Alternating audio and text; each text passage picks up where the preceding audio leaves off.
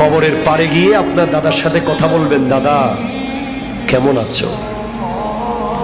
দেখবেন কোনো আওয়াজ নাই। চাচা কেমন আছেন? আওয়াজ নাই। বড় আব্বা কেমন আছেন? আওয়াজ নাই। কিরে, আপনার বড় আব্বা আপনার বাবার যখন ছিল হাঁটলে এলাকা কাঁপতো, আজকে আওয়াজ নাই, ঠিক কিনা?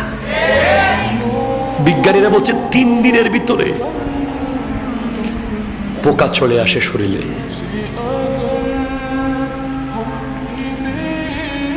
হাদিস বলছে 99টা সাপ আসবে কবরে।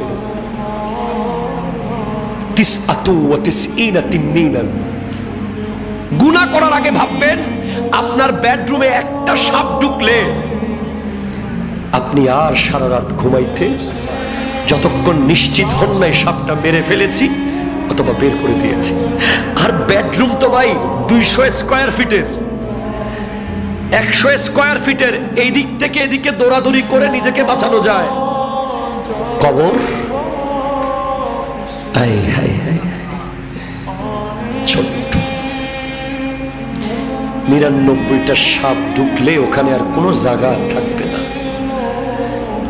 মুখ দিয়ে ঢুকে যাবে, পেট দিয়ে বের হবে,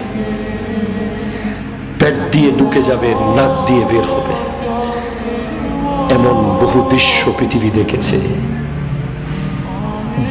99টা লাগবে না, 2টা যথেষ্ট, একটা যথেষ্ট। একটা সাপ কবরে বসে আছে, কাকে ডাকবেন?